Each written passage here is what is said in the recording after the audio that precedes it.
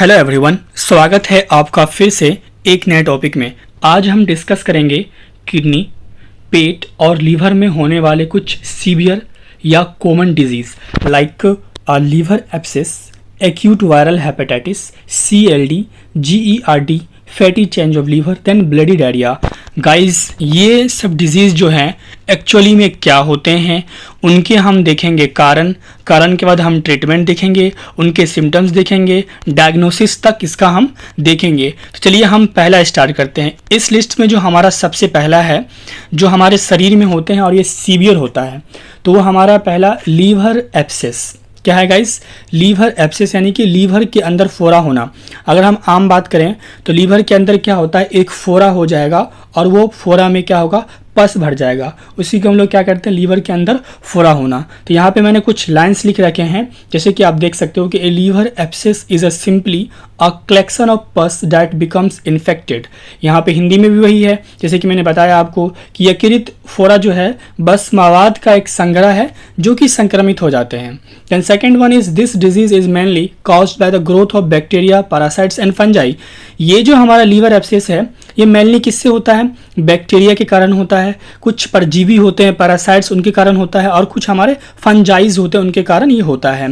Then guys, ये जो हमारे पैरासाइट्स हैं और ये जो हमारा जो बैक्टीरिया जो फंजाई है, ये हमारे लीवर के अंदर कैसे इंटर करता है? तो देखिए कैसे इंटर करता है, तो तीन तरह से कर सकता है। जो हेपेटिक वेन्स होती हैं, यकृत शिराएँ होती हैं, बाइलियरी ट्री जो होती है, पित्तवाहिनी जो होती है, और पोर्टल वेन्स जो होती हैं, पोर्टल शिराएँ, उससे होकर क्या होती हैं, जो रोगाणु होते हैं वो हमारे जो है लीवर के अंदर प्रवेश कर जाते हैं।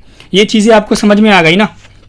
बाकी मैं आपको इसका PDF प्रोवाइड कर दूंगा, आप इसे अच्छे से रीड कर सकते हो और समझ सकते हो। अब इसके कुछ कारण हो सकते हैं क्यों होता है लीवर एब्सेसिस। तो उनके कारण मुख्य क्या है? इन्फेक्शन ऑफ द एब्डोमेन, जो मनुष्य का जो पेट है उसके अंदर क्या होना, किसी प्रकार का संक्रमण हो जाना, उसके कारण ये हो सकता है। लाइक जैसे कि संक्रमण में क्या, जैसे कि अपेंडिक्स होना, जैसे कि पथरी हो जाना, तो लीवर एब्सेस हो सकता है। Then contamination of the blood, जो ब्लड है हमारे बॉडी में उसमें कॉन्टामिनेशन हो जाना, रक्त का दूषित हो जाना, तब भी ये हो सकता है। Then fourth one is biliary draining tube infection, जो हमारा पित्त का नली है, जो पित्त का ट्यूब है उसमें किसी प्रकार का संक्रमण हो जाना, तो ये हो सकता है। अब जब किसी को लीवर एब्सेस है, लीवर के अंदर फोड़ा है, तो उसके अंदर आपको क्या लक्षण देखने को मिलेंगे? तो पहला लक्षण होगा चेस्ट डिस्कम्फर्ट, सीने में तकलीफ होना, सीने में दर्द होना, डिस्कम्फर्ट होना, आराम नहीं मिलना उसे। डार्क फीसेस, जो इसका स्टूल है वो गाढ़ा होना, डार्क कलर का होना, फीवर होना, fever chills and sweet at night, जब वो रात में सोएगा तो सोते वक्त उसे क्या होगा, बुखार आ जाएगा ठंड के साथ, और उसको पसीना भी चलना शुरू हो जाएगा।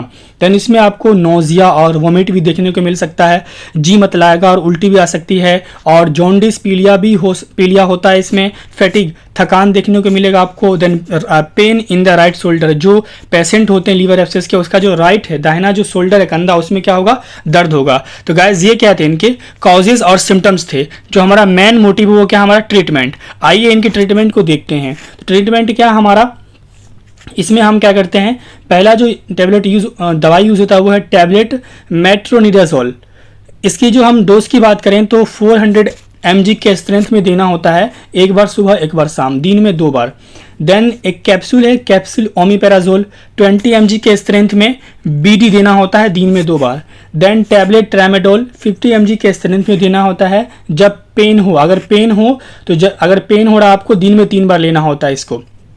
कॉन्सेप्ट क्लियर है? अगर पेशेंट टॉक्सिक स्थिति में है, जो रोगी है वो विषाक्त स्थिति में है, तो यहाँ पे हम लोग 2 तरह के इंजेक्शन का सेवन कर सकते हैं। पहला आपका है इंजेक्शन सिप्रोफ्लॉक्सासिन, जो कि 100 ml के स्ट्रेंथ में आती है, और यहाँ पे आपका लिखा 1 बैग IVBD। इसका मतलब मैं समझाता हूँ। 1 बैग का मतलब होता है फ्लूइड, जैसे कि फ्लूइड है तो आप 1 बैग में कितना फ्लूइड अड़ सकता है। तो ये जो है, जो पेशेंट है उसके एज के ऊपर डिपेंड करता हो कि उसका एज कितना है, वो कितने उम्र का है। मोस्टली जो देखा जाता है तो 1000 ml का होता है, 1000 ml का होता है, लेकिन ये 500 का भी होता है, 250 ml का भी होता है, 100 और 50 ml का भी ये होता है। तो ये 1 बैग IV देना होता है, दिन में 2 बार, 2 टाइम्स लगाने होते हैं इन्हें। उसके बाद इंजेक्शन मेट्रोनिडाजोल, ये भी या तो 1 या तो पूरा 1 बैग, या तो 1/2 यानी कि आधा बैग, यानी कि 500 ml या 1000 ml के साथ ये लगाना होता है। उसके बाद इसमें दो तरह के टेस्ट भी होते हैं लीवर एब्सेस में, एक ब्लड टेस्ट होता है, दूसरा आपका अल्ट्रासाउंड होता है लीवर का। क्लियर है गाइस? गाइस ये जो मैं दवाई बता रहा हूँ ओनली फॉर नॉलेज के लिए, ऐसा नहीं कि आप वीडियो देख लो और खाना शुरू कर दो, फिर आपको ही दिक्कत होगा। दूसरा इस लिस्ट में हमारा कौन सा प्रॉब्लम है हमारे बॉडी में, तो वो हमारा है एक्यूट वायरल हेपेटाइटिस। एक्यूट मतलब क्या होता है, जो लंबे समय से ना हो, अभी तत्काली हुआ हो उसको हम बोलते हैं एक्यूट बोलते हैं, मतलब अभी कुछ दिन पहले हुआ हो तो वो क्या हुआ, एक्यूट वायरल हेपेटाइटिस हुआ। गाइज ये जो है ये क्या है, इन्फ्लामेशन ऑफ द लीवर। जो लीवर हेपेटाइटिस इटिस मतलब क्या होता है, इन्फ्लेम होना, हेपेटाइटिस लीवर का इन्फ्लेम होना, तो इन्फ्लामेशन ऑफ द लीवर के अंदर सूजन आना, जिसको हम लोग क्या कहते हैं, वायरल हेपेटाइटिस कहते हैं। यकृत की सूजन को तीव्र वायरल हेपेटाइटिस के रूप में जाना जाता है। दोनों चीज़ में लिखा हुआ, हिंदी इंग्लिश दोनों में लिखा हुआ, आप आराम से इसे समझ सकते हो।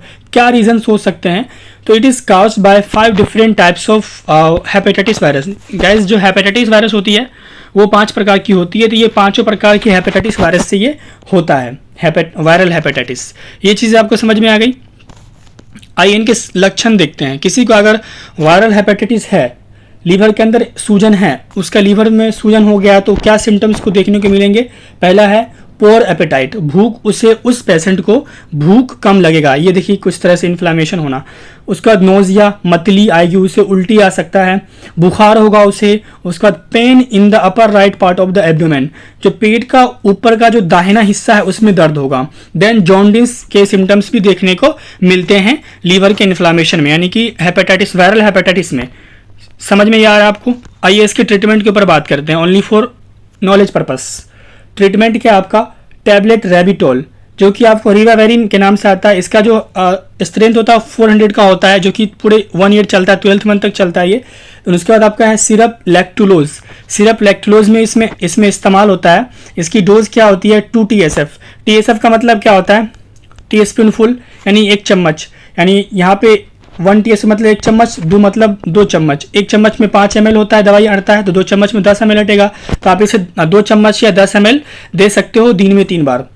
कैप्सूल ओमिपेराजोल 20 mg 1/2 आवर ए यानी कि ACBD। इसका AC का मतलब होता है, A/C का मतलब होता है, इसका जो है ये लैटिन वर्ड है, इसका मतलब होता है एंटीसिबम। गाइज एंटीसिबम का मतलब होता है बिफोर मील, यानी 1/2 का मतलब क्या हुआ, 30 मिनट, यानी कि आप ये कह सकते हो कि खाना खाने से 30 मिनट पहले इसे हमें टेबलेट को खाना होता है 20 mg के स्ट्रेंथ में। 1/2 आवर AC, यानी मतलब क्या, एंटीसिबम बिफोर मील, खाना खाने से आधा घंटा पहले। टैबलेट डोम्पेरिडोन का भी वही डोज है, लेकिन इसको हमें 3 बार लेना है, इसको हमें 2 बार लेना है। ये चीज़ आपको समझ में आ रही है, क्लियर? यहाँ पे आपको PDF में दिख रहा होगा, आप इसे समझ सकते हो, इसे अच्छे से रीड कर सकते हो, समझ सकते हो, जान सकते हो इसे। अब इसमें एक इंजेक्शन भी लगता है। इंजेक्शन आपका नाम क्या है, फाइटोमेनाडियोन। इंजेक्शन का नाम क्या है, फाइटोमेनाडियोन, जो कि विटामिन K1 के नाम से भी जाना जाता है। इसकी डोज की हम बात करें तो 10 mg 1 एम्प्यूल। 1 AMP मतलब क्या, एम्प्यूल तो आपने देखा ही होगा।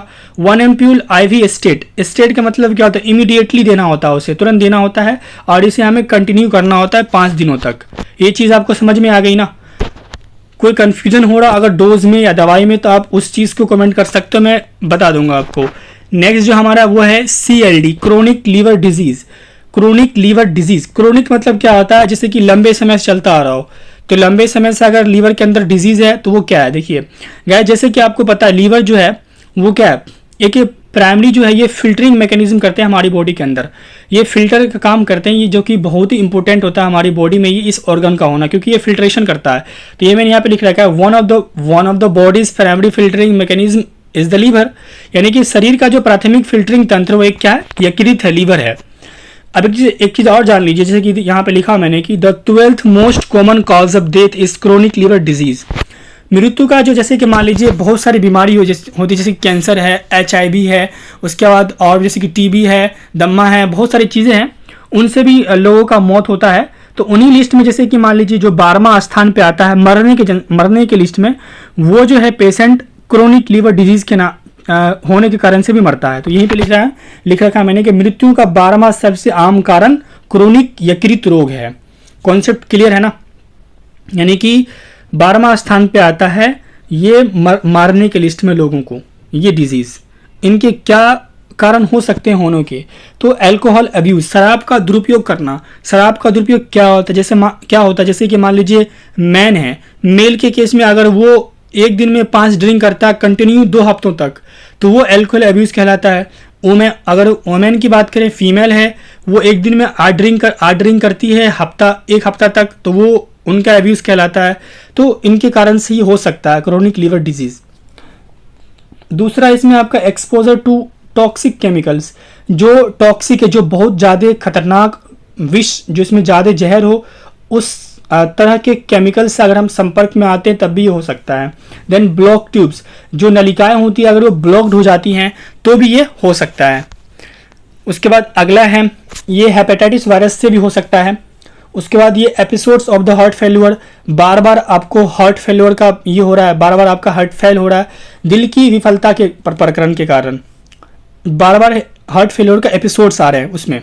देन हाई कोलेस्ट्रॉल, ज़्यादा चर्बी हो गई, उच्च कोलेस्ट्रॉल हो गया आपके बॉडी में, किसी प्रकार का पैरासाइटिक संक्रमण हो, या हेरिडिटी या पूर्वज वंश आता हो, किसी पूर्वज में हुआ फिर इसमें हो रहा हो, वंश आ रहा हो, उसको हम लोग क्या कहते हैं, हेरिडिटी कहते हैं। तो ये सब इनके कारण हो सकते हैं। ये कुछ यहाँ पे मैंने लगा रखा है, ये आपका जो है ये क्रोनिक लीवर डिजीज, कुछ इस तरह से आपका लीवर हो सकता है, या होगा क्या, हो सकता है क्या, होता ही है। अब इसके हम ट्रीटमेंट प्रोटोकॉल देखते हैं ओनली फॉर नॉलेज पर्पस। तो जो आपका टैबलेट एक आता है, टैबलेट सिप्रोफ्लॉक्सासिन, ये 500 की स्ट्रेंथ में हमने देनी होती है दिन में 2 बार, यानी कि एक दिन में 2 बार लेना होता है।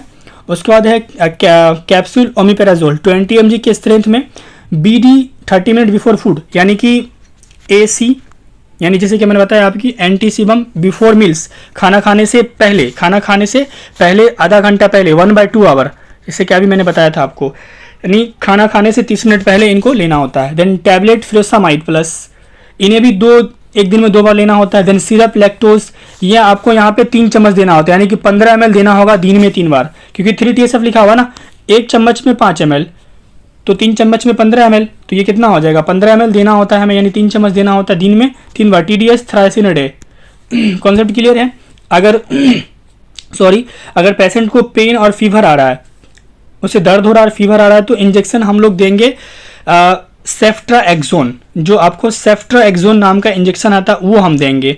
तो वो आपको 1 ग्राम 1 वायल देना होता है। वायल एक ट्यूब टाइप से होता है, तो 1 ग्राम 1 वायल देना होता है हमें। IV देना होता है, इंट्रावेनस देना होता है, नस में देना होता है, और एक दिन में 2 बार देना होता है इंजेक्शन। ये चीज़ें समझ में आपको आ गई। अगर सीवियर पेन है, बहुत ज़्यादा पेन है, तो हम 2 तरह का और इंजेक्शन इस्तेमाल करते हैं। पहला इंजेक्शन ट्रामाडोल, इसको भी हम लोग 1 एम्प्यूल पूरा देंगे। ये मसल्स में दिया जाएगा, क्योंकि यहाँ पे IM लिखा हुआ था, ये मसल्स में दिया जाएगा। और स्टेट मतलब होता है इमीडिएट, उसी समय दिया जाएगा, जिस समय सीवियर पेन हो रहा है उसी समय देना होगा, वरना ये पेशेंट डेथ कर सकता है। उसके बाद इंजेक्शन आपका है टीअमोनियम, जो आपका टीअमोनियम इंजेक्शन है, टीअमोनियम मिथाइल सल्फेट, इसका भी हमें 1 एम्प्यूल देना है पूरा, लेकिन ये IV देना है। ये जो आपका एक चीज़ देख लो, यहाँ पे क्लियर लिखा हुआ है, ये जो ट्रामाडोल है ये हमें देना है मसल्स में, ठीक है, बट ये हमें देना है वेंस में। दोनों हमने 1 एम्प्यूल ही देना है फुल, और स्टेट देना इमीडिएटली देना है। कॉन्सेप्ट क्लियर है। आइए नेक्स्ट जो हमारा है डिजीज़ वो है GERD, gastro-oesophageal reflex disease, acid reflex. Symptoms की बात करें, क्या सिम्टम्स देखने को मिलते हैं, सिम्टम्स देखिएगा तो आपको समझ में आ जाएगा ये GERD क्या होता है।